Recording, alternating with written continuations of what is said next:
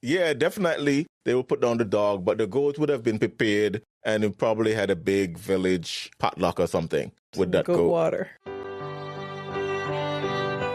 Thank you for tuning in to the Removing Barriers podcast. I'm Jay. And I'm MCG. And we're attempting to remove barriers so we can all have a clear view of the cross. This is episode 170 of the Removing Barriers podcast. And this is the 8th in the series of This World Has Gone Bonkers. And in this episode, we have lined up a number of news articles that we think will show that this world is bonkers. Hi, this is Jay. MCG and I would like for you to help us remove barriers by going to removingbarriers.net and subscribing to receive all things removing barriers. If you'd like to take your efforts a bit further and help us keep the mics on, consider donating at removingbarriers.net/donate. Removing Barriers, a clear view of the cross. All right, Jay, I have an article here that I think is bonkers. So I'll start. This is from the New York Post and is out of the Netherlands. The title of the article is Physically Healthy Dutch Woman Zoraya to Beek, 29 years old, granted euthanasia approval over her severe depression. The young physically healthy Dutch woman who decided to be euthanized because of her crippling depression has been granted approval to end her life. Officials in the Netherlands gave the final approval for Zoraya to Beek, 29, to die by assisted suicide on the grounds of unbearable mental suffering, according to The Guardian. Beek first applied for assisted suicide in 2020, following battles with depression and suicidal thought caused by difficulties in her early childhood. The once aspiring psychologist suffered from chronic depression, anxiety, trauma, borderline personality disorder, and was diagnosed with autism. Beek believed that the safe environment her partner offered would help her mentally heal, but it didn't, and she reportedly continued to have suicidal thoughts and self-harm. So she's healthy, she has barely lived, she's 29 years old. However, she had a troubled childhood, and because of that, some mental issues, and she have asked to take her own life, and she was granted approval by her government to do so, assisted suicide. What are your thoughts? I think it's very sad. I wonder what other things she has to do or prove to the government in order for this approval to take place. Do they just say, all you need is the desire and we will approve? Or does she have to seek counseling? Or must she address other physical things such as health and diet and hobbies and things like that? Or is it just a thing where they just apply and you're approved and then they assist you in your suicide? Well, the article adjusts that. She hit back at critics saying her wanting to die was just because of her mental issues. People think that when you are mentally ill, you can't think straight, which is insulting, Beek told the outlet. It's not a funny situation, but I don't think you're thinking straight if you're asking someone permission to take your life. But anyways, I digress. I understand the fears that some disabled people have about assisted dying and worried about people being under pressure to die. But in the Netherlands, we have had this law for more than 20 years. There are really strict rules and it is really safe. Safe for whom, I may ask? Beek has thought about her decision throughout the long process, which takes several years to complete. In the 3.5 years this has taken, I have never hesitated about my decision. I have felt guilt. I have a partner, family, friends, and I'm not blind to their pain. I've felt scared, but I'm absolutely determined to go through with it, she said. For a person to be considered eligible for assisted suicide, they must be deemed to be experiencing unbearable suffering with no prospect of improvement, according to Dutch law. The patient must be completely informed and competent for the final process to be initiated. Now, I don't know how she's going to be completely informed and competent when they already say she had mental issues. Anyways, again, I digress. It's a long and complicated process, It's not like you're asked for assisted dying on Monday and you're dead by Friday. I was on a waiting list for assessment for a long time because there are so few doctors willing to be involved in assisted dying for people with mental suffering, she added. A patient requesting to be euthanized must be evaluated by a team of physicians, have a second opinion on eligibility, then the whole case has to be reviewed by a third independent doctor. Every doctor at every stage says, "Are you sure? You can stop at any point." My partner has been in the room for most conversation in order to support me, but several times he has been asked to leave so the doctors can be sure I'm speaking freely. Beek was forced to delete all her social media profiles after an article about her case was published in April, which led to many users bombarding her inbox, telling her not to go through with the procedure, which left her in distress. People were saying, "Don't do it. Your life is precious." I know that. Others said they had a cure, like a special diet or drugs. Some told me to find Jesus or Allah, or told me I'll burn in hell. It was a total, let's say, disaster, even though they had a stronger word there. I couldn't handle all the negativity. Beek expects to die in the coming weeks, following a meeting with her medical team. I feel relief. It's been such a long fight.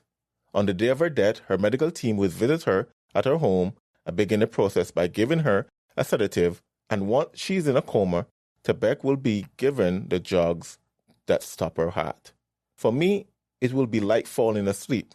My partner will be there, but I've told him it's okay if he needs to leave the room before the moment of death, she said. Now the point has come, we are ready for it, and we are finding a certain peace. I find guilt too, but sometimes when you love someone, you have to let them go. And that's basically the article. So apparently they go through this long process of eligibility, I guess, for mental competence and stuff like that, which is a bit ironic, as I said earlier, because she clearly said that she has mental issues. She's depressed and all these things. So when do you say you don't have the mental capacity to decide on this? Here's the crux of the issue. This is the problem when the government has all this power. All the things she's going through, that she said others have told her to find Jesus, but I don't know. I just don't think this is an area where the government should be involved in telling people, yes, we will be an assistant to you in taking your own life. I don't know. It just shows the real depravity of man that we have come this far. And of course, again, I'm sure her feelings are real. We live in a sin-cursed world, and whatever childhood trauma she went through, sympathize with her on that. But I can't see how a mentally competent person can come to the conclusion that this is the solution.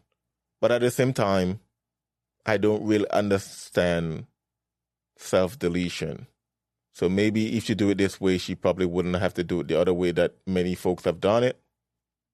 But there's no way no one can convince me that anyone who do that at the moment of doing that or the moment of the decision that they were mentally competent. Yeah, I'm thinking of a famous Christian singer whose son had mental illness that was brought on by a medication that he was put on, and he ultimately took his life. And the question came to mind when I'm listening to you read this article, is it better for her to go to medical professionals to have this done in a long, drawn out, visibly peaceful way? What I mean by visibly peaceful is that it seems like from the article that when it happens, she would be sedated and put into a coma first. So it looks like she's sleeping, and then they will give her the cocktail to stop her heart. And so at least to the family, it doesn't look very jarring. It just looks like she would be going to sleep. I wonder if somehow in their minds they think it's better to have it done that way than for someone to take their own life and have their family and the community find in a more gruesome, more jarring way. I don't know, but let me just read a disclaimer just because we're talking about this. And it says, if you're struggling with suicidal thoughts or experience mental health crisis and live in New York City, which we don't, but wherever you live, this is from the New York Post, seek help. Basically what they're saying. They have a number here, 1-888 NYC Well for free and confidential crisis counseling, or the suicide prevention hotline at 1-800-273-8255, or go to suicidepreventionlifeline.org. I had an old pastor that said, when you're in sin, you're insane. And so you can't think straight when you're not living in accordance to the scriptures. And I'm not saying that so as to point a finger negatively at her. I'm just saying anyone who is not submitted to the lordship of Christ, who is not submitted to the gospel, has that part of their faculties still following and under the influence of the world. The flesh and the devil are three enemies. And so one thing that stood out in this article to me is that Dutch law says the person has to be suffering this mental illness with, quote, no hope of improvement or no hope of getting better. My question is, how can they possibly know if someone has no hope of getting better? I'm not sure how they would qualify or define that according to the law. Well, I guess after they have done everything humanly possible, according to them, maybe she have been on medication, maybe she have seen all the doctors and people with letters after their name, and they figure, well, there's no improvement. The problem with that, I believe this is a spiritual issue, and they're trying to treat it physically. And I believe it's sin for the government to help or to promote it. Oh, yeah. I agree. Yeah. Oh, yeah, but I think we're getting in some deep waters here because mental issues, is not a topic that is spoken about a lot even in the Christian world. And I was listening to this podcast of this Christian neuro something. He studies something with the brain. And like a neurologist or a neuroscientist I don't think he was quite a doctor, but honestly, like a medical doctor, he was more like a biologist type? Yeah. Okay. Study the brain and stuff like that. And he said something I never thought about that at that point. He said, when we have a problem with our heart, we don't have a problem going to the cardiologist or doing a surgery or something to repair it, or even taking medication for our heart condition. But when it comes to the brain, which is another organ just like the heart, we don't want to take medication or see a doctor about it. And he was basically saying, mental illness are real, and at times it can be a taboo in the Christian community. I think when you go to scripture, most of the mental issues you see in scripture, if not all, I'd probably say all, I can't think of any that wasn't, but there were demon possession. When the Bible deals with stuff like depression and stuff like that, it seems to recommend you walk with Christ and stuff that are greater than you and not consume so much with yourself. I'm no expert in this, but I wonder if this lady truly didn't need a good Bible-believing, Bible-practicing Christian to point her to Christ rather than to the doctors. I'm not saying the doctors don't have a role. I'm sure there are times when, the doctors may have a role, but I'm just weary that the government is this deeply involved. Yeah, I'm reading a follow-up article here. She was indeed put to death on June 2nd of 2024. She apparently has been feeling this unbearable suffering since she was a child. She wanted to end her life. She was bullied and growing up, and she often felt like she didn't fit in. And she went through with it, and the government assisted in her death, and so she is no more. Yep. All right. What do you have for us? Okay. Well, that was a kind of dark start to the podcast, but it's unfortunately not going to get much better. This is bonkers to me.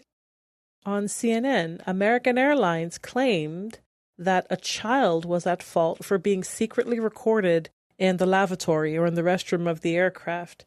It's since changed its response, but that was the response that American Airlines gave when the complaint was brought to them that this 9-year-old girl found a cell phone of some sort taped to the toilet seat of a lavatory or the back part of a toilet seat of the lavatory recording. And when she went and told her mom about it, of course, her father went to both the company and the authorities about it. And American Airlines' response was, well, she should have known that was a recording a device and she shouldn't have I can't even wrap my brain around that kind of response. Now, in all fairness, since then, they said that it wasn't their personal response. American Airlines, the company, did not respond that way. It was a third-party insurance company for a third party that filed that particular response. And so they were kind of disavowing themselves and saying that, no, it wasn't the girl's fault. We're sorry that this ever even came out. That was not our official response. So I'll just go ahead and read here. After American Airlines, in a legal response, blamed a 9-year-old girl for using an airplane bathroom that had a recording device allegedly placed there by a former employee, the airline has changed its response. The company was responding to a civil lawsuit filed against American Airlines claiming that the girl, listed as Mary Doe, was secretly filmed while using the airplane toilet during an American Airlines flight in January of 2023. A former flight attendant, Estes Carter Thompson, who's 37 years old, who federal investigators say secretly recorded several minors while they used the bathroom on different flights for American Airlines last year, is also named in the lawsuit. This girl, unfortunately, was only 9 years old. Oh, there's one girl mentioned in the article here that was 14. Who knows the young ages of other children that he has preyed upon? In a filing Monday, American Airlines initially argued that the girl was at fault and negligent because she used a lavatory, quote, she knew or should have known contained a visible and illuminated recording device. In response to CNN's request for comment on the filing, American Airlines said that the filing was made in error by outside counsel retained by the airline's insurance company. The included defense is not representative of our airline, and we have directed it be amended this morning, American Airlines said in a statement on Wednesday. We do not believe this child is at fault, and we take the allegations involving a former team member very seriously. So they quickly did the damage control, removed that filing, and made it clear that they did not feel that particular way. Of course, the parents are not having it. They feel like American Airlines only made that statement simply because of the public backlash that the airline received as a result of this entire ordeal. And the article goes on, but what I would like to point out as bonkers is the depravity. The depravity of being a 37-year-old man recording children in some of their most vulnerable moments, like using the bathroom, for example. The depth of the depravity is something that, even though I understand what the scriptures say about the depravity of man and how we are truly, genuinely depraved from the moment of conception, but it's always shocking to see it in action. Anyone that thinks that somehow people are born a clean slate and are somehow influenced toward negativity or influenced toward evil, I think they're walking around with their eyes glued shut. The depth of the depravity of man knows no end. It's a bottomless bucket. Anyone that could be even remotely good or acceptable is only by the grace of God. It's just incredible to me that such a monster. I don't even think, when you look at some of the pictures that are available online in this incident, he didn't even try to hide the thing. It was just shabbily taped to the back part of the toilet. I mean, it was partially, if you're not paying attention, you may not notice it. If you've got to get there in a hurry, and, it may be something that you notice afterward. But the depravity of filming someone in their most intimate and vulnerable moments is incredible to me. And from what I understand, this is a very, very, very common practice. There are websites on the dark web that are dedicated solely to these cameras, these stealth cameras that depraved and perverted men and women carry around to record people in compromising or intimate or, vulnerable situations. And they post it on these boards, on these websites for other people to consume. And they, of course, there's betting and money making based on how many views the videos get. And so just the preying on unknowing and unwitting people, to me, is just depraved. It's bonkers. It blows my mind. I don't know. What are your thoughts on this? The first thing that comes to my mind, I think American Airlines was just trying to minimize damage. Oh, yeah. It's all come down to the almighty dollar when it comes to these companies. But to some extent, I don't think that they're lying. I think that it could be that it was the insurance company that put that out and not them. Mm-hmm. Because at the end of the day, it's an insurance claim. And I guess they're not the one losing the money directly, even though maybe the insurance premium might go up. But these big companies, how much money do they pay for insurance anyway? But I guess this is just about American Airlines response, because I don't see anything about this guy being charged criminally. Well, okay. I'm sure that's definitely a federal crime. Sure. So he has been. And the article goes on to say that his phone and he himself were confiscated, investigated only as a result of the backlash that they received from this particular erroneous, and I put that in air quotes, response. So apparently on his tech, whether it's his phone or his computer, he was found to have just loads and multiple pieces of CSAM, which is short for indecent videos of children. I think you all know what I'm trying to say without being too graphic or vulgar. And so it turns out, however, that they believe that American Airlines was only trying to do the damage control and that they weren't being truthful about the fact that their insurance company, the alleged fact that the insurance company filed that claim, because apparently this happened to a 14-year-old. And when the parents filed a complaint, American Airlines, and I'm reading from the article here, their conduct immediately following the incident just shows that they didn't care. They did not immediately confiscate the flight attendant's phone. They did not immediately notify the pilots, and they allowed the flight attendant to destroy evidence. They gave him time to destroy evidence, not confiscating everything immediately. And it exacerbated the harm that was suffered by that particular plaintiff, who, this is a different plaintiff, 14 years old. And so it seems like it was just damage control. Perhaps they just couldn't afford the bad publicity. And so they kind of tried to do damage control there, which is incredibly sad. You mentioned the almighty dollar. The almighty dollar is more important than protecting the innocence and the decency and the dignity, I should say, of our children, which is bonkers to me. It's not surprising, unfortunately, but bonkers, incredibly bonkers. Yeah, I would agree. I'm not quite sure they can confiscate his personal cell phone or whatever, but why wouldn't they be able to? Because it's not company property, but they will probably need to get the authorities involved. Yeah. And if they get the authorities involved, I guess they want to be hesitant on that. I'm trying to look at it from their point of view. So a complaint is made against a certain employee. Do we give the employee time to defend themselves? Say, this is what was said about you. Is this true? Or do we get their authorities involved right away? Mm-hmm. I guess company policies and laws would have to dictate that. But yeah, I do agree with you, though.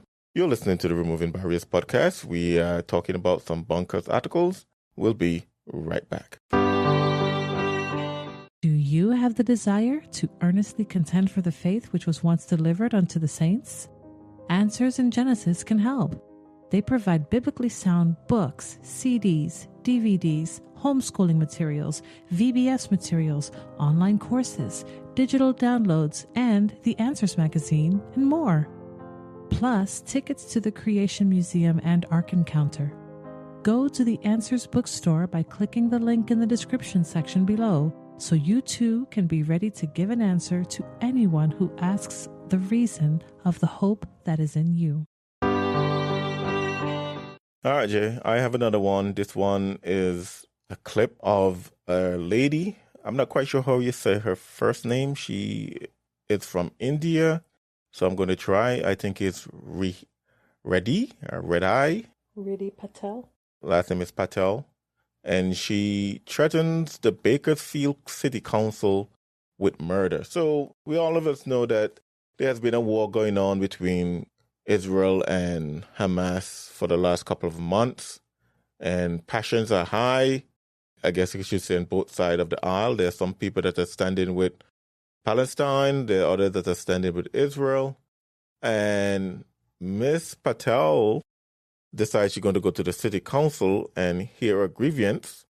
And, we say sometimes that the leftists always get away with their things that they do. I guess you want to put it that way. Usually they're not held accountable. Well, I guess this young lady went a little bit too far. So now we know what the limit is. But here is what this young lady did and said at the city council hearing. Hi there, my name is Reddy Patel. I'm here to speak in support of the City Council introducing a ceasefire resolution, specifically the one United Liberation Front has drafted. I don't have faith that you'll do this. You guys are all horrible human beings, and Jesus probably would have killed you himself. And the thing is, though, it's very clear to me as someone who's been an organizer for the past couple of years that none of you care, because you guys don't care about anything happening in Palestine or any other country where oppression occurs, because you don't care about the oppression occurring here. And I understand that you guys are all horrible people, but the thing is, 2,300 people being evicted in the last year, those are votes. And you guys, those are votes to win here in Bakersfield. And while you guys parade Gandhi around as a Hindu holiday called Chaitra Navratri starts off this week, I remind you that these holidays that we practice, that other people in the global south practice, believe in violent revolution against their oppressors. And I hope one day somebody brings the guillotine and kills all of the increased criminalization for no need other than you don't like when people come and hold you guys accountable for introducing ceasefire resolutions, because the only escalation in violence has been by you all. And so there's no need to continue. In the last 5 years I've attended city council meetings, there's never been metal detectors, there's never been more cops. The only reason you're doing it is because people actually don't care if you guys don't like them, and they're actually resisting, so you want to criminalize them. So all right, so we'll stop there for a little bit. So you can see that she's fired up. She's cursing. Some of it we censored out. And she basically said that she's going to, wishing that folks will, she said, use the Lord's name in vain, and said even the Lord would have taken them out. Blasphemy, actually. Yeah. Attributing sin to him. Yep. So anyways, she's fired up. And the city council's sitting there, this is not a video podcast, but they're sitting there and they're taking it in and basically giving her freedom of speech. But she took it a little bit too far. Let me continue. Regardless of whether you elect people into office, they'll backstab you, they'll let you die. And for that reason, you guys want to criminalize us with metal detectors? We'll see you at your house. We'll murder you. So I guess at times you don't understand the First Amendment. I guess freedom of speech, freedom of expression, freedom of assembly, freedom of religion, but accusing your leaders or your representative, I guess they're not your leaders, your representative, you could kill them. And she did this right in front of police officers. So I don't know if this was, I guess to be nice, is not the wisest decision she could have made. But anyways, the news clip or the video continues. Next speaker, please. And note how the city council lady there just went on to say, next speaker, like someone just didn't threaten her life. But anyways, it continues. Lance, followed by Kev, followed by Valeria. Ms. Patel, that was a threat, what you said at the end. And so the officers are going to escort you out and take care of that. So they finally realized, this lady, he just threatened me. Let me do something about it. Anyways, she was charged with about, I think it's like 11 or 8 to 11 felony counts. And I don't have the clip of this, but when she was being arraigned, she was a different Miss Patel. She was in tears, unconsolable. I'm sure. Stuff like that. But I don't think the trial is completed yet, but she's been charged. And she has a number 1 or 2 court hearings, but nothing has come out of it. But I guess we know now what's the limit of your protest and your free speech when it comes to leftists, because it seems otherwise you can do and say whatever you want, but just don't tell them that you're going to come to their home and murder them, I guess. She had motive. She had a time frame, and there was the death threat there. The motive was, of course, she felt like they didn't care and that but the question is, they were evil did she people. have means, though? It is America, man. Of course there's means, And now, of course, because metal detectors were put up and people are being criminalized, now we're going to come to your house. And clearly she said, we will murder you.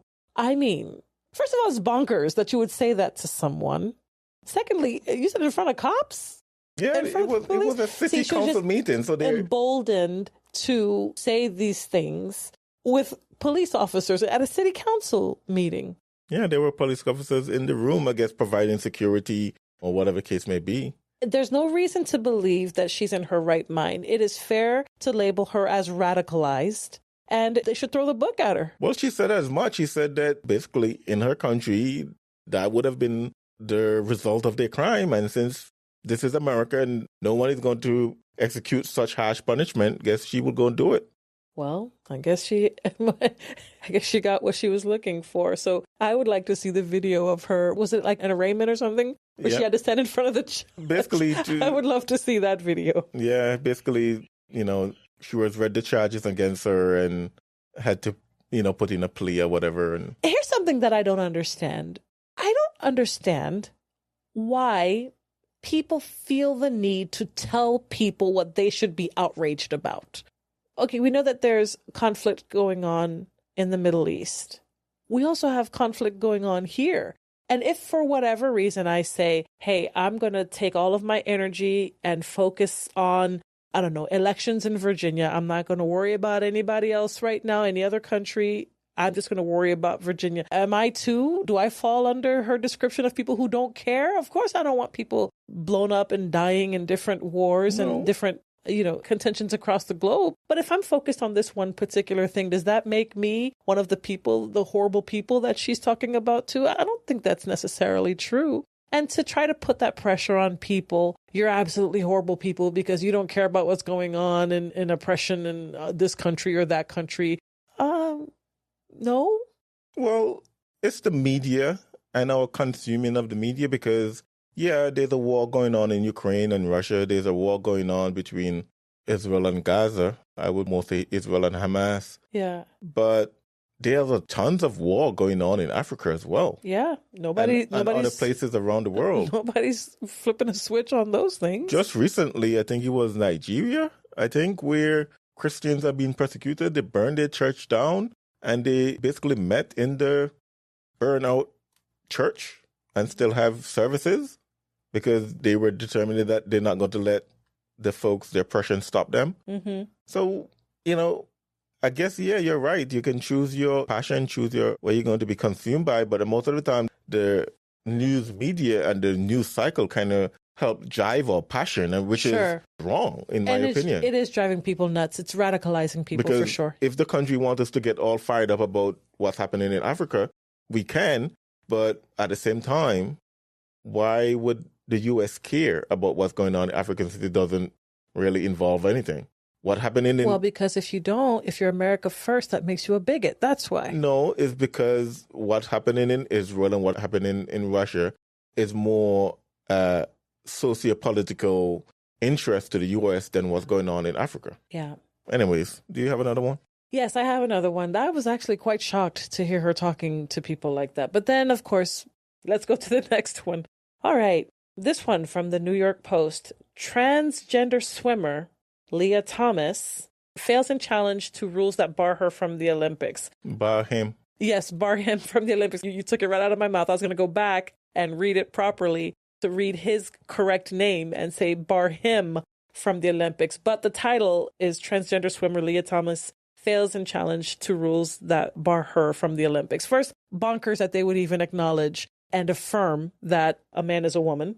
Okay, let's just leave that one alone. But let's go ahead and read. So, controversial transgender swimmer, I'm just going to say Thomas, because I don't think his name is Leah. Yes, I am dead naming. Come at me. William.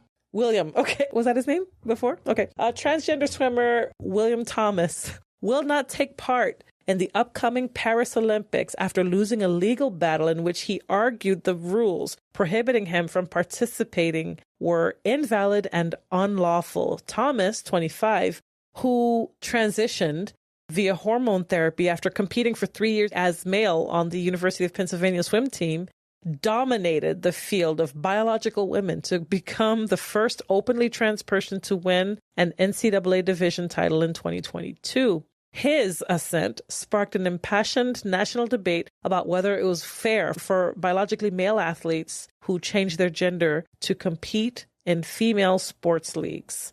He filed suit against World Aquatics, the world governing body for water sports, including swimming, seeking to overturn their 2022 policy prohibiting athletes who had been through any part of male puberty from competing in the female category. Okay, so World Aquatics had a policy that they put in place in 2022 saying that if you went through male puberty, you can't compete in female sports, period. And that's what he was actually fighting against. Okay. And so the matter was adjudicated by the Court of Arbitration for Sport, or the CAS, a Swiss-based international body for settling disputes that arise within the world of high-level athletics, which wrote in its 24-page decision that Thomas was, quote, simply not entitled to engage with eligibility to compete in WA competitions. In a statement, World Aquatics touted the ruling as a major step forward in our efforts to protect women's sports.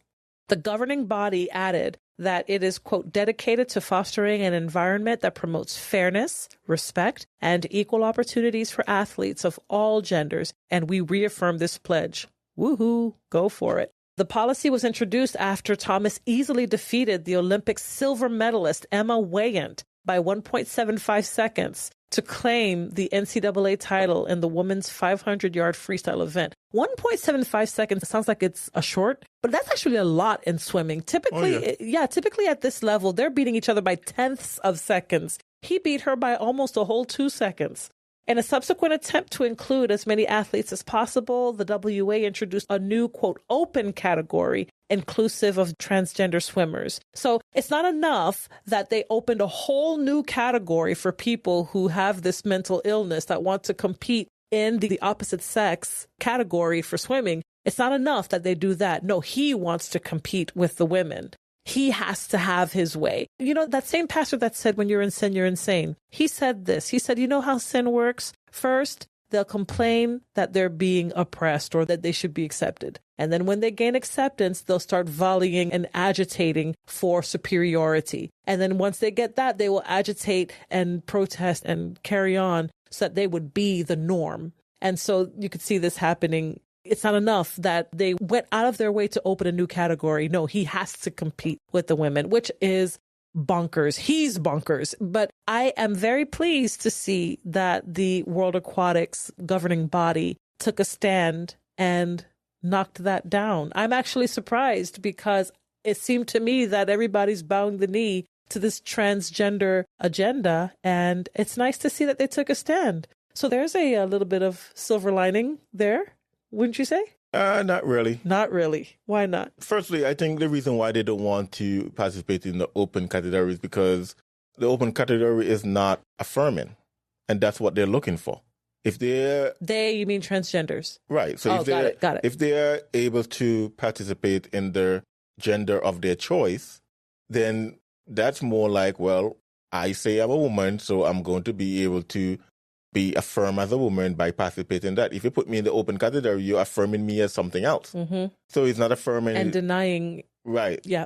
So, of course, they're not going to do that. But I guess from a political point of view, you can say, yeah, good at them that they take a stand and decide they're not going to, have strict rules and not allow him to participate in the woman category. But at the end of the day, this shouldn't even be necessary. They shouldn't even have rules that say you only can participate if you didn't go through male puberty. The rule is simple. If you're male, you can't participate in women's sport. And if you're a woman, you can't participate in male sport. There's a reason why we separate them. The rule is simple. I don't know why all these hoops and hoopla and testosterone levels and all these things. No. Who cares? Well, they have no moral authority, so they have to acquiesce to aberrant... This is not even moral. This is scientific. You're male, you're XY, you can't participate. You're XX, you can't participate. But MCG, he was on hormone therapy. That makes him woman, doesn't it? I'm sure it does. Anyways, you're listening to the Removing Barriers podcast. We have just looked at some more Bonkers articles. We'll be right back. Hi, this is Jay. MCG and I would like for you to help us remove barriers by going to removingbarriers.net and subscribing to receive all things Removing Barriers. If you'd like to take your efforts a bit further and help us keep the mics on, consider donating at removingbarriers.net/donate. Removing Barriers, a clear view of the cross. All right, let's go to a little lighter article. Most welcome. I guess I said lighter because, well, in the islands, this would be a very light one. In the U.S., this is akin to murder. But anyway, CNN, I think it's a few months ago now, but Kristi, is it Noem or Noem? Kristi Noem? she wrote a book, and in the book she detailed about the fact that she had to put down her dog and a goat she had.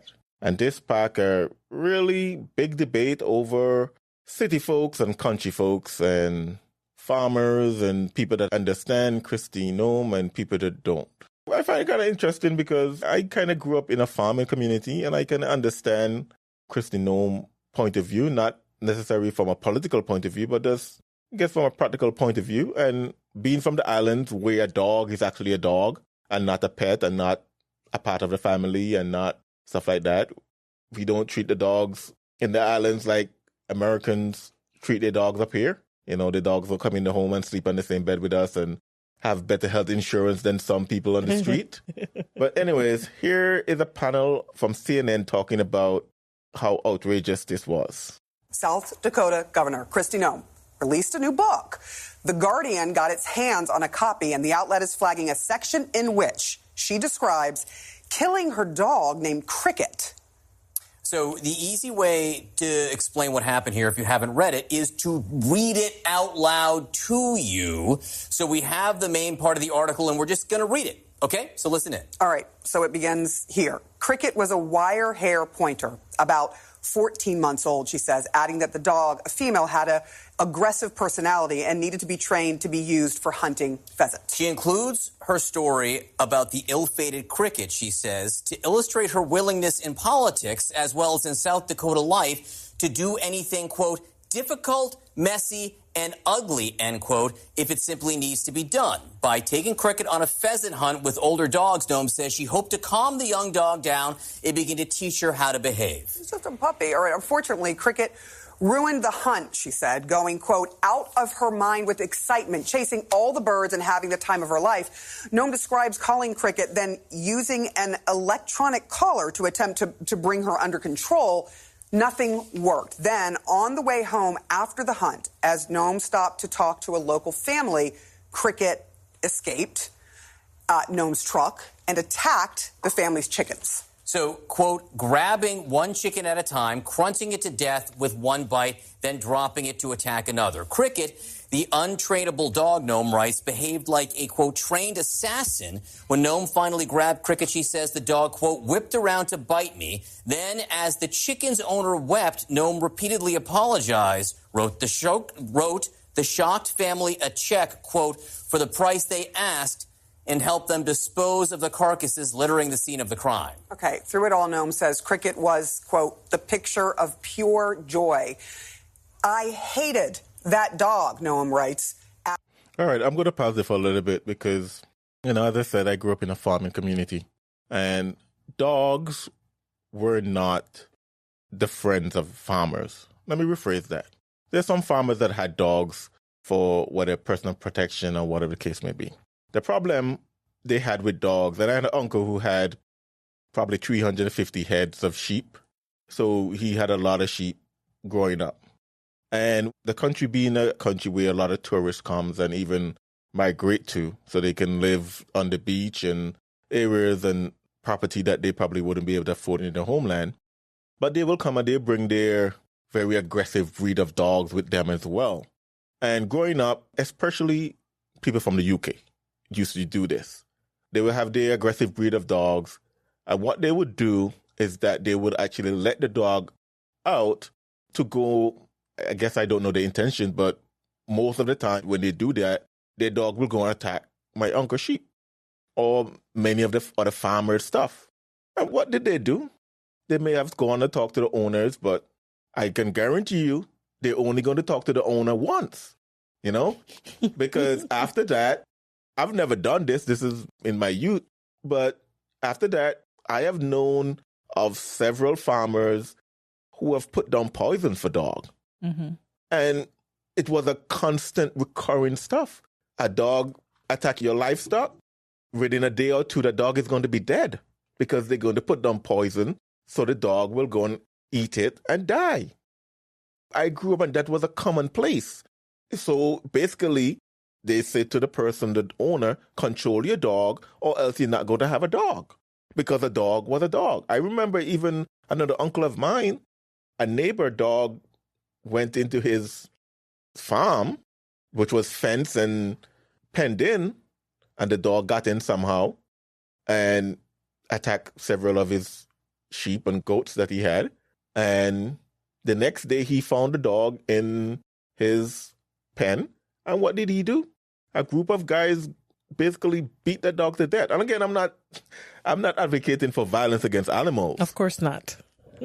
But I'm just saying, I grew up in a community where a dog go out of line, you put it down because, that was norm. And I guess coming to the U.S., seeing dogs in people's house and on their bed and on their and stuff like that was a member of the family. A little bit of a culture shock for me, but yeah, I don't know. I guess I understand to some degree here. But the funny thing about CNN and their panel being so outraged is that I wonder if they had seen the article of Zoraya to Beek, would they be as outraged?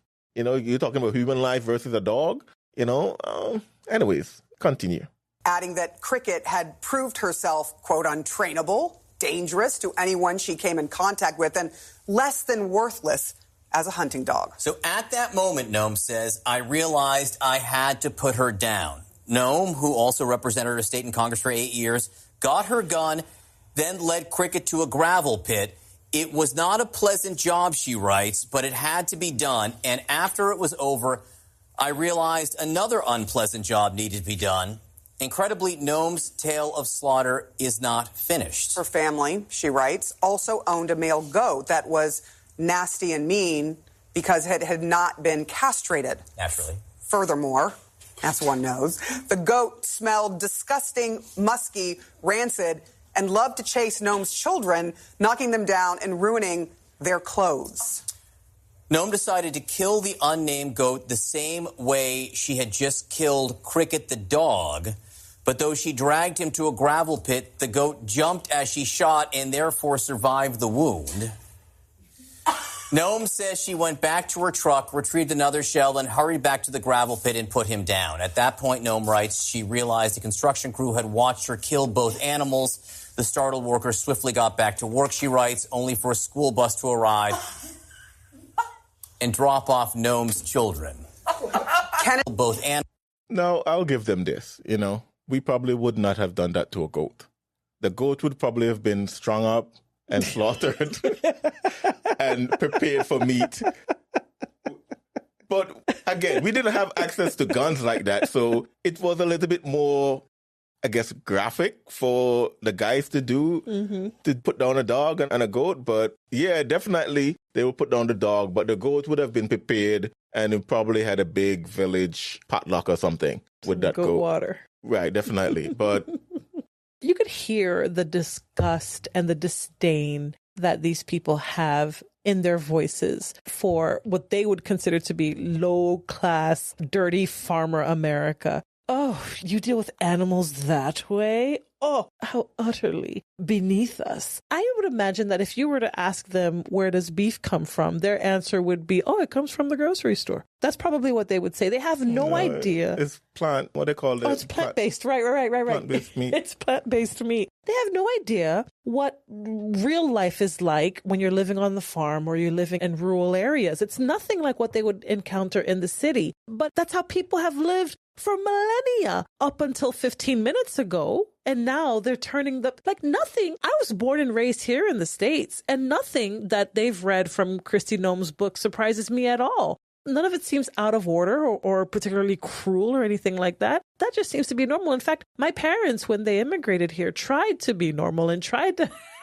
I love dogs. I grew up with dogs. Please don't misunderstand. But they could not wrap their brains around how your neighbor could call the cops on you because of your dog and get you in trouble with the law because of your dog. To them, that was bonkers. Why would they even give themselves that trouble? They would rather get rid of the dog than to have to deal with that trouble. The level of care that you have to give to a dog here is just beyond the pale. But because they're so elite and they don't have to deal with where the rubber meets the road when it comes to life and farm life and actual animals and stuff, they could have that sneering attitude that we hear in that clip. Well, Americans do love their dogs, and I love dogs too, but if a dog turned around and bit me, I would absolutely put it down myself as well. Well, I don't know about that, but I guess, different culture, different strokes for different folks, I guess. But anyway, I continue their discussion.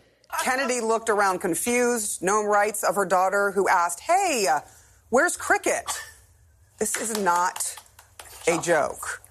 If you are thinking this is not true, Noem has now defended the scenes in the statements that she made in her own book, saying she loves animals, but tough decisions happen all the time on a farm. In fact, she says they recently put down 3 horses. I don't know how to bring the panel back after that, but I'm going to do it now. We've got S.E. Cupp, Van Lathan, Van Jones, Scott Jennings, and our Kerry champion all standing by. Journalistically, I know that I need to sort of say, you can't kill a dog or a goat like that. Why not? It's insane. Well, no, it's not. It's not Old Yeller, that's for sure. Listen, 2 things. I hunt over dogs. It's a thing. They don't have to be put down if they're not great at hunting. Right. There are 1,000 other things you can do with them before you have to kill it for really no good reason. 2, this is a thing that some women politicians do. You remember Joni Ernst talking about castrating pigs when she was coming into the Senate? To talk about, like, rural life, life on the farm, makes them seem a little tough, maybe. It's not a thing any of us need as voters. We don't need to hear about it. Save that trauma for your therapist, man. What? Like, what? Anyways, as I said, Trauma? Really? We're going to go to that level? Trauma? Oh, bro. I grew up in a farming community. My uncle had, as I said, he had sheep, he had cattle. My mom had some cattle as well. And, you know, I guess culture, different lifestyle, because growing up, these were norm for us. Sure. You know, we know that the animals, even the ones that we gave names, we know that one day, you know, they're going to be on the dinner table. Well, maybe not the females, like the cows and stuff like that. You probably keep those around because those are the ones that are going to give you more animals. Yeah. But you normally will keep usually one male around, if that much. But the males are the one that generate the money because they want them to grow up and they're going to be slaughtered or sold or whatever the case may be, because that's what it is. Castration. I have castrated, I don't know what the number is, but sheep, goat, number of them, just by helping my uncle and whatever the case may be, you know, especially after a time where we have a bunch of lambs that are born. By the time they're a couple of weeks old, you just round all of them up and you're almost like an assembly line. You get them through, bam, send it on the way. You remember the show Dirty Jobs? Yeah. When he went to show the castration? Mm-hmm. It's basically like that. I've done that, you know? Well, you peasant, you. I mean, that's what they would say if they heard you say that. You peasant. The funny thing about it, the way that they call the inhumane way on Dirty Jobs was the way we did it. You know, there are 2 ways you can, get too graphic here, but you can clip it and take out the sacks. Or you can put like a really strong, let's call it a rubber band on it. And after a week or 2, it'd fall off. That's the way we used to do it. And on Dirty Jobs, they said that's the inhumane way because the animals suffer for 2 weeks. That whole time, yeah. I don't think they really suffered. You know, initially it's painful, but after that it's kind of just dried off and fall off and the animal is happy and go lucky. But again, the only reason you keep, usually my uncle would only keep like 2 males in the flock.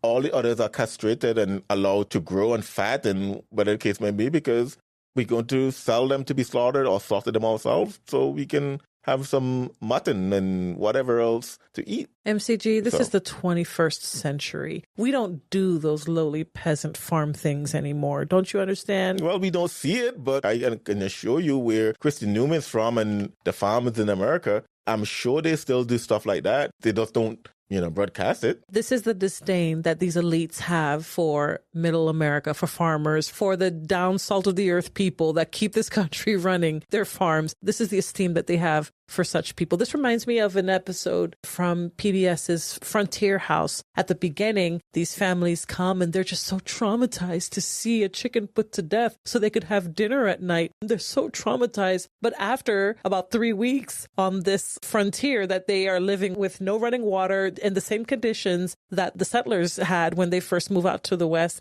by the time it comes, even bigger animals, they're just rubbing their fingers together and they're excited. They're rubbing their forks together, excited because there's meat, there's food. It only took about 2-3 weeks living in that kind of life for them to realize that this is normal. This is life on the farm. There's nothing to write home about here. Yeah. I guess Kristi Noem cannot be Donald Trump vice president anyway, because she talk about killing dogs. But hey, again, I'm not telling you not to love your dogs and not to treat your dog good. I love dogs. Oh my goodness, I love culture dogs. and norms varies, but for me, this was nothing to write home about. This was normal, but... Well, let's be real. She's Republican. She was wearing the Make America Great Again hat. She was one of the deplorables, and so they had to come after her. It's low-hanging fruit. It's easy. It's disingenuous. It's easy. That's why they were doing it. These people are evil. They knew exactly what they were doing.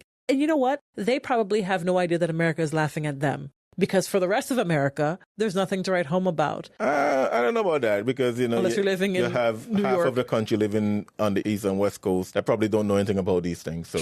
True. Okay, so flyover America is laughing at them because they have no idea what they're talking about. And they're being disingenuous about it as well. So anyhow. Hey, you have another one? I have the last one. This is the last one for me anyway, and I have some dishonorable mentions. This one is disturbing, and this brings up a lot of questions for me. The Washington Post created a series on education in America, particularly shining a light on homeschooling. Of course, homeschooling experiencing an explosion in numbers during the pandemic. The title of this article, and I'm not going to read the entirety of it because it's more like a very lengthy expose, like an in-depth story, narrative-driven type article. But anyway, the title is called The Revolt of the Christian Homeschoolers. The subtitle there is, They Were Taught That Public Schools Are Evil. Then a Virginia couple defied their families and enrolled their kids. So the general gist of the story follows a couple who was raised in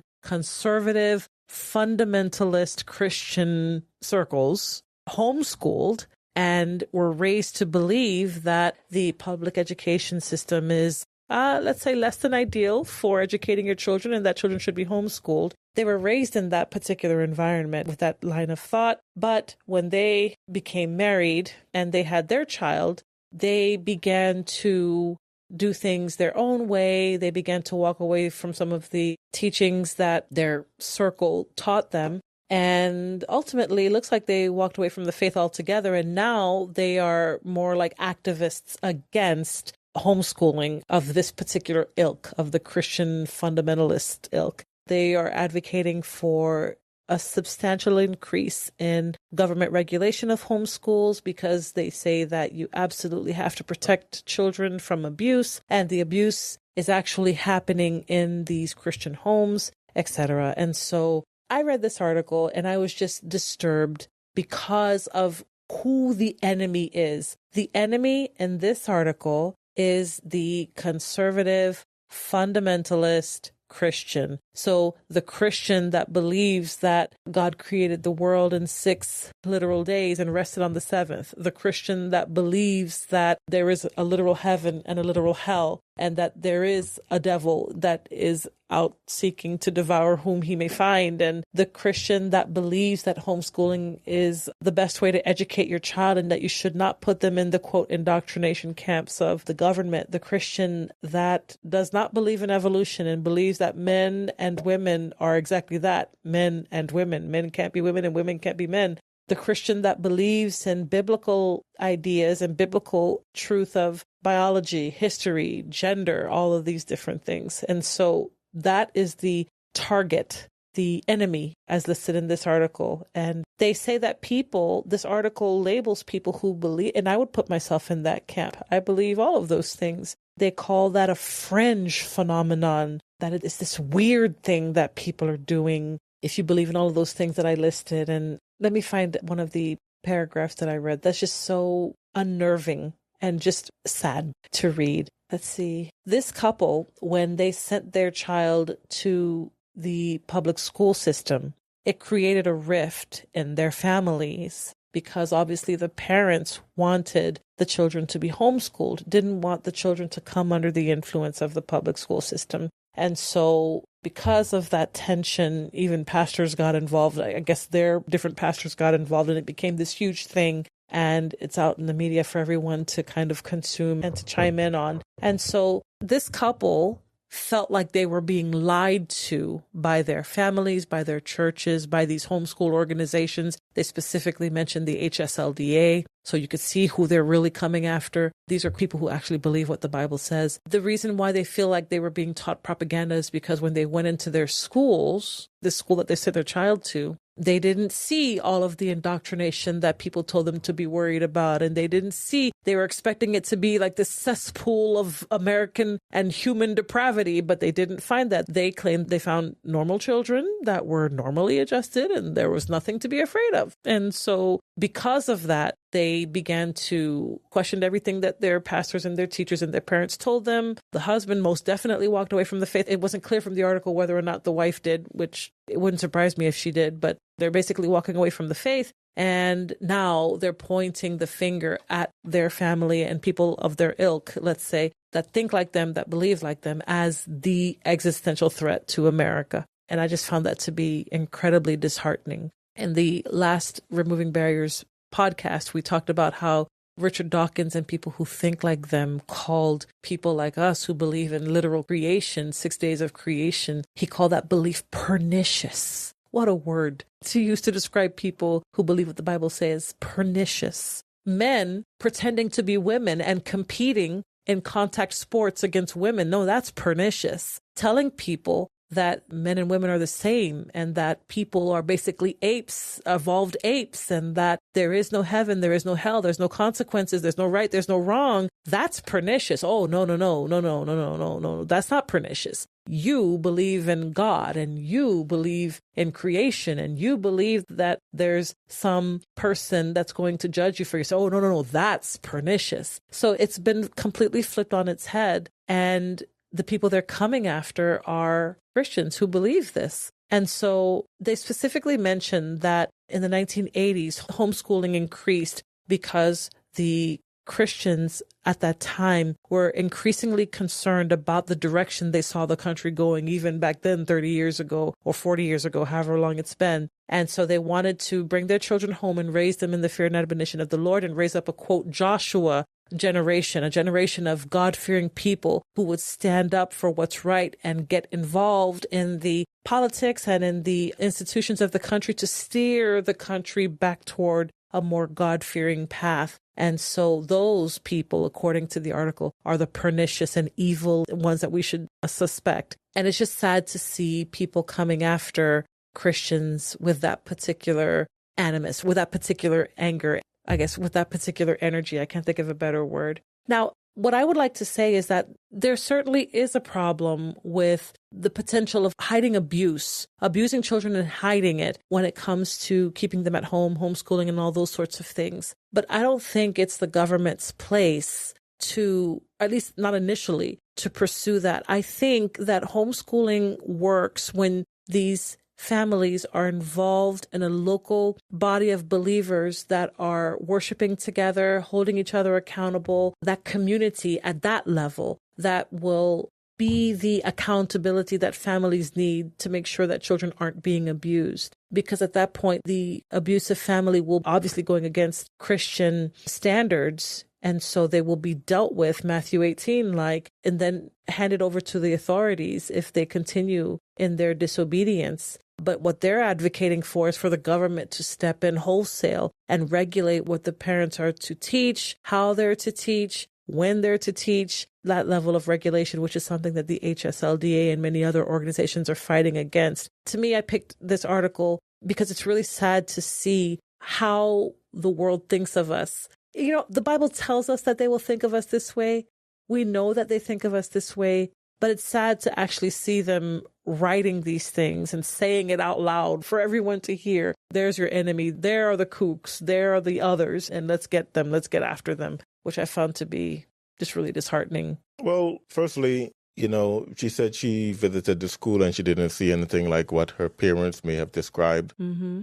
And that's understandable. You know, if I'm going over to my friend's home, when I let my friend know I'm coming, I don't expect to find their laundry in their living room because they're probably going to clean up before I come. Sure. So, yeah, you're probably not going to find it the way it is because they're probably going to clean up a little bit before you come over. And as Vody Backham and even maybe Ken Ham have said, you can't expect to send your kids to the Romans and, and complain when they come back being Greeks, or they have joined the Roman army or whatever the case may be.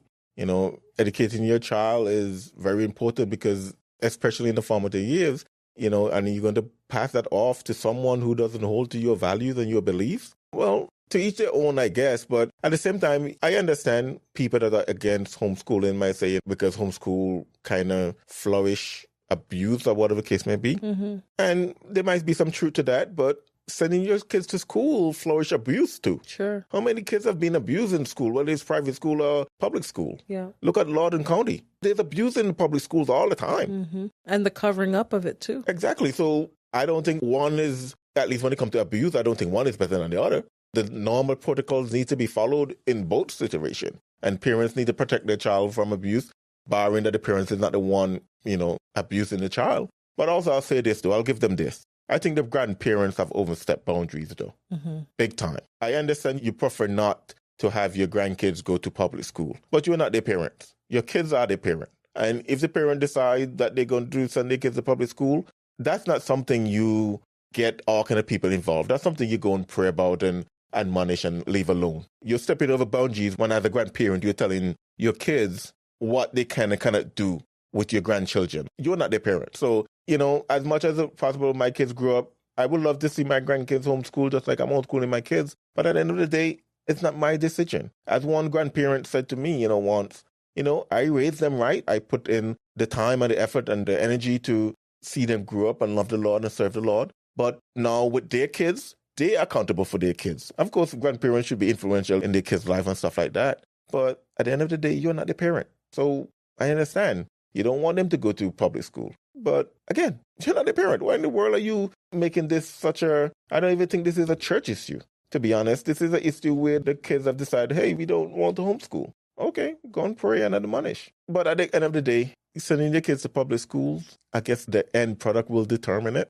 Maybe they can go to public school and there might be some strong kids and they might be a witness to the public schools. Who knows? I think it's a dangerous proposition to send your kids to public school, especially in today's world. But I think the grandparents overstep, and I think the parents are a bit short-sighted. But in terms of getting rid of public schools and stuff like that, that's a broader topic where in order for this to even become any significant thing, you have to get all the way to the Supreme Court. Yeah. So I'm not too worried about it, at least at this point. Yeah, and I hope people don't misunderstand me. I'm not saying that the possibility of abuse is not there. It most certainly is. But to throw the baby out with the bathwater is, we shouldn't, and we don't have the luxury of doing that. At the same time, no one is calling to close down public schools because abuse happened. That's what I was just about to say. No one's calling to shut down these schools, although now some people are really calling for that now that we see how trash the system is. But not only in populated areas like Baltimore and other inner city areas, these schools are called the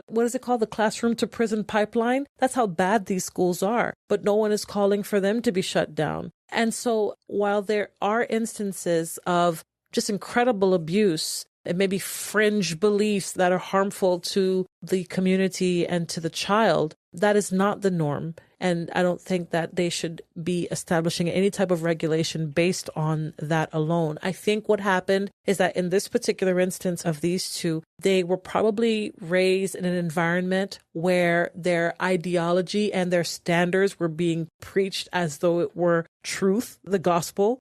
And they were taught to see people around them as their enemy, as an infiltrator or someone trying to deceive you instead of souls in need of a savior. And so when they obviously entered into adult life, they didn't know how to cope when they realized it wasn't quite as dramatic as their friends and families were making it out to be. But see, that's what makes the world such a deceptive enemy, because it's very, very muted. It's not like you would call barefaced. In some cases it is, but generally your public school system looks fun and normal, and that seems to be what everyone is doing, and there's nothing wrong with it. But it's insidious, and it's a little bit at a time to inoculate them against Christ, so that when you graduate, you'll be graduating Romans who have spent all of their time with Caesar, and you'll wonder why they're walking away from the faith, why they're walking away from the truth. Well, it's because you didn't teach them the truth, number one. And number two, you handed them over to an entity that hates you and your God and is seeking to indoctrinate your children in that truth, what they call truth, and in that line of thinking. And so the article is very black and white. So you're either a backward homeschooler teaching all of these ridiculous things, and I'll use this because they're a famous family. You're either like the Duggar family, or you should be putting your kids in public school. There's nowhere in the middle where you could be following biblical principles and training your children up in the nurture and admonition of the Lord and doing homeschool the right way. It's either or. And so homeschooling is painted with this broad brush that is meant to be faced with distrust, disdain, and of course, they feel like the government has to step in to, quote, save the children, which is, I found to be, number one, bonkers, number two, sad. Number three, it's a little bit of a glimpse of what homeschool is going to be like in the next several years, because they want the children so that they could have their way with them. Oh, yeah. Anyways, yeah. Dishonorable mentions. Yes. All right, I have two. First one, New York governor said black kids in the Bronx do not know the word computer.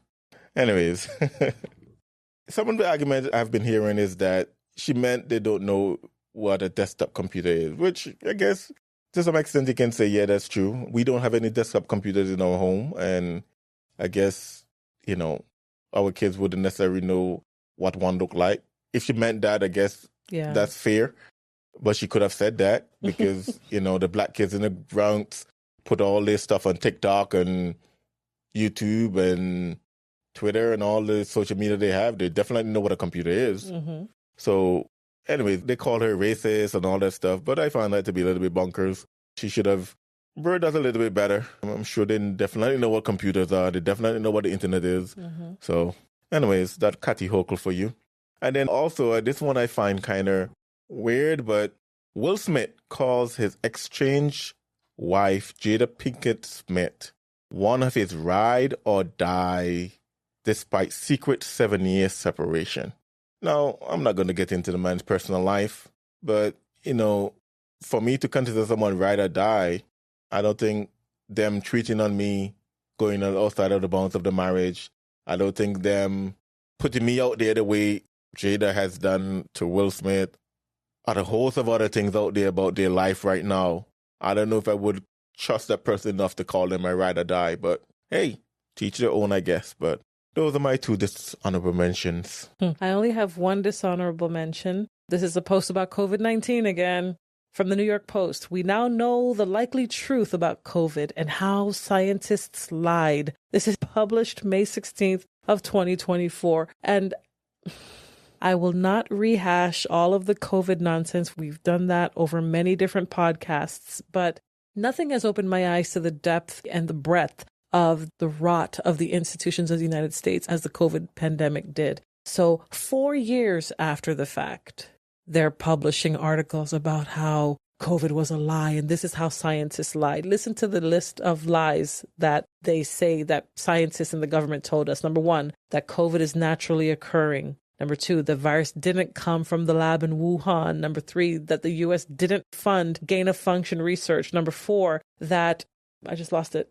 Anyhow, all of these things were things that people were trying to say at the outset of the pandemic, but they were shut down by a coordinated effort from the government, from big tech, from big pharma, and from the media. All of the institutions came together to silence people who had been saying those things from the beginning of the pandemic. And now, 4 years later, now they're beginning to say, oh, well, maybe you all had a small point there. And that to me is just bonkers. And I can't get into that article. Otherwise, we'll be here for another 2 hours. But that's my dishonorable mention. The New York Post article, we now know the likely truth. They can't even admit it that it's fully true. The likely truth about COVID and how scientists lied. I think they should reword it and say, they now know. Yeah, they now know, exactly. Everyone else knew, especially those that didn't buy into all the lies. But anyways, as I've asked in all 7 other episodes of Bonkers, do you agree with us? Do you think that this world is bonkers? Or maybe we're the bonkers ones. Probably. If you're saved, you're born again, I will encourage you to go and separate your Jerusalem with the gospel of Jesus Christ. Maybe we can win them one by one and maybe make this world a little bit less bonkers. But if not, at least we'll take them to heaven with us. The Bible says in Mark 16:15, and he said unto them, go into all the world and preach the gospel to every creature. May I encourage you to go and preach. This is the Removing Barriers podcast. If the podcast or the blog were a blessing to you, leave us a rating and a review on your favorite podcast platform. And don't forget to share the podcast with your friends. Removing Barriers, a clear view of the cross. Thank you for listening. To get a hold of us, to support this podcast, or to learn more about removing barriers, go to removingbarriers.net. This has been the Removing Barriers podcast. We attempted to remove barriers so that we all can have a clear view of the cross.